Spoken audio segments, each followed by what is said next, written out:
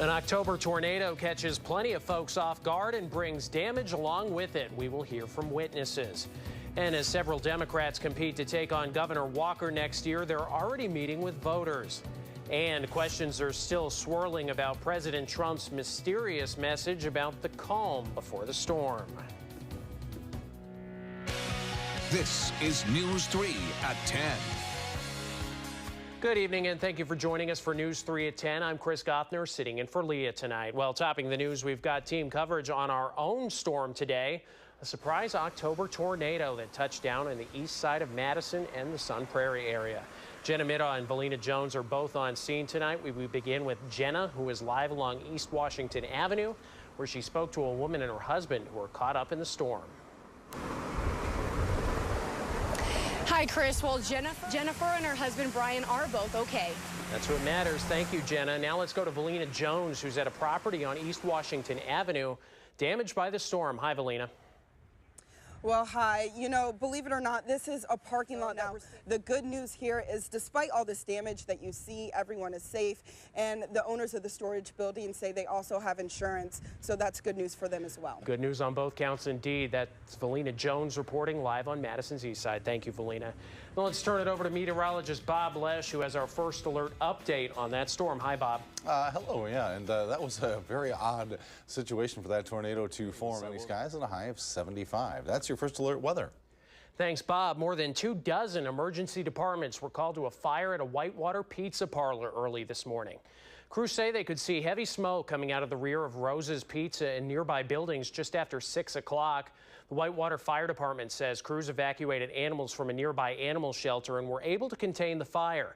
The blaze appears to have started in the restaurant's kitchen, but its cause is still unknown. No one was hurt, and damage is estimated at $300,000. A historic New Glarus bar remains closed tonight following an electrical fire. Firefighters responded to Pimple's Old Tavern at 8:30 last night.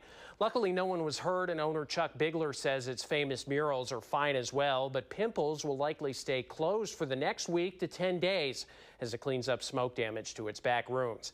Bigler says an exhaust fan was likely the culprit. Pimple's was established all the way back in 1893. The election for Wisconsin's next governor isn't until next year, but Democratic candidates vying for the position aren't wasting any time trying to gain support.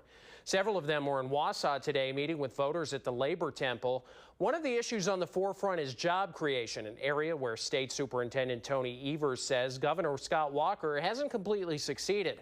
But Walker argues more people are working in the Badger State than ever before. He also highlights his recent budget that puts lots of funding into schools. But Democratic businessman Andy Gronick says there's a catch. He's starved our institutions of resources. So the fact that he's putting money back into the system, it's money that he's taken out.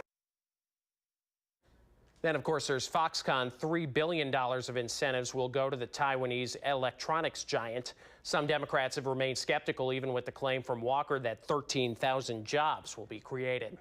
To Washington now, where President Trump is keeping a promise he made to religious leaders months ago. Yesterday, the White House cited religious freedom in issuing new guidelines to allow employers with, quote, religious or moral conviction to opt out of the Obamacare mandate requiring health insurance to cover birth control. Another ruling could override anti-discrimination protection for LGBT people by allowing religious employers to hire, quote, only persons whose beliefs and conducts are consistent with those of the company. In the midst of these major domestic rollbacks, President Trump set off a global guessing game. Mr. President, what did you mean by calm before the storm yesterday? What did you mean by that? You'll find out. As for just what that coming storm may be, White House spokesperson Sarah Sanders refused to clarify. The president began the charade after a dinner last night, or Thursday night rather, with top military leaders and their wives.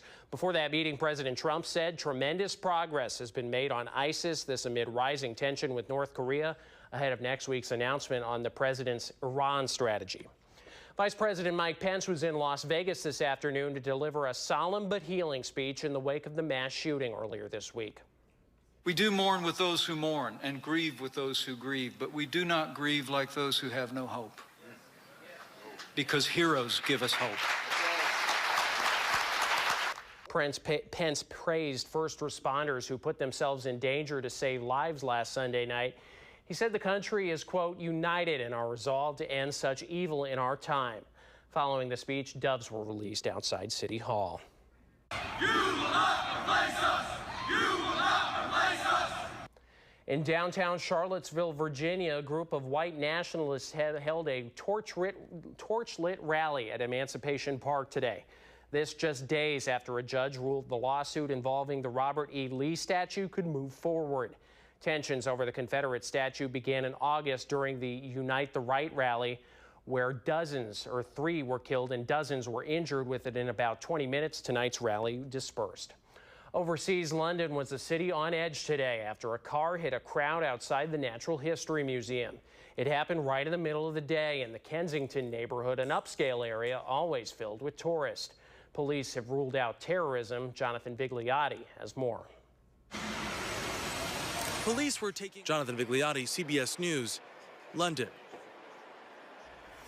Back home, 3 Madison food cart owners are stepping up to help their friends and family struggling to recover from Hurricane Maria.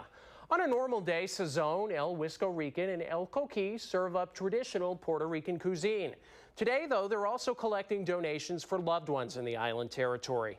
Organizers said this is near and dear to their hearts, and they knew they had to respond to the disaster quickly.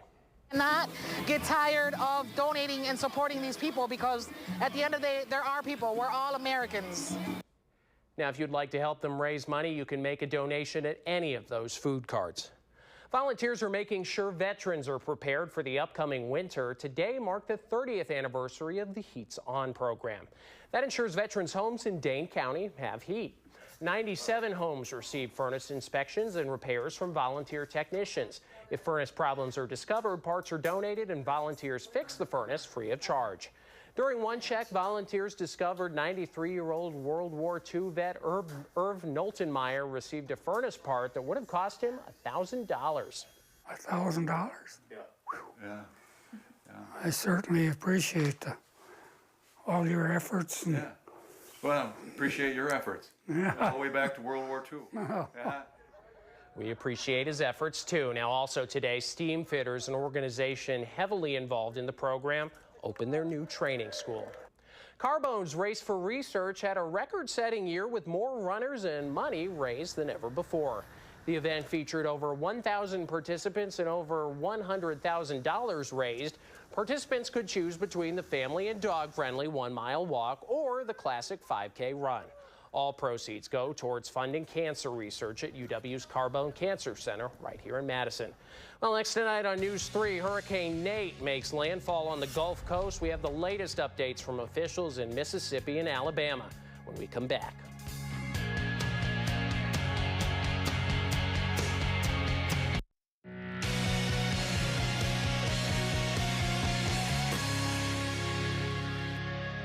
Welcome back. Well, if you planned on picking up some McNuggets today, you might have seen quite a long wait. At this McDonald's on University Avenue in Madison, a huge line of about 200 people was flowing out the door and didn't appear to be moving. Now, why? The franchise brought back a specialty Szechuan nugget sauce for today only.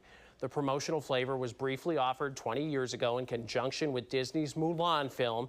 The advertising stunt was inspired by an adult cartoon, Rick and Morty, that mentioned the sauce, but it appears to be backfiring, with angry customers taking to Twitter claiming McDonald's only sent 20 packets to each location. With a Halloween just around the corner, there's one creepy crawly parents might want to be aware of: head lice.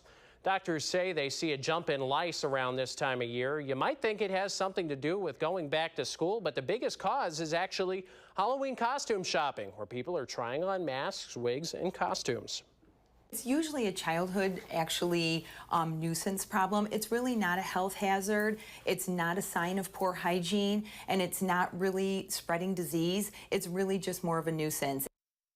Now, some recommendations to avoid that nuisance include putting your costume or wig in a sealed plastic bag for 48 hours before wearing it.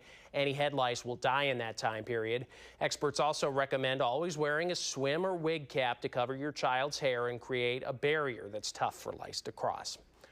Hurricane Nate has made landfall. The storm is lashing the Gulf Coast with powerful wind and relentless rain. Courtney Zabowski has the very latest from Gulfport, Mississippi. Hurricane Nate. Courtney Zabowski for CBS News, Gulfport, Mississippi. We've got Bob Leschen with our first alert weather now. Hopefully some better weather in the forecast, hopefully? Well, yeah. I mean, we saw some dreary weather today. It was mild. Take us back to about where we should be for fall, closer to 60 degrees. Can't really complain too much about mid-70s, eh, Bob? That's true. All right, thank you. Next in sports, the Badger hockey team trying to bounce back against Ohio State. We've got highlights from the Kohl Center. We've got a very mild week ahead of us, including tomorrow, sunny and 75, into the 60s for a few days, and then right back to the 70s as we head later into next week. Good night, everybody. Enjoy the rest of your weekend.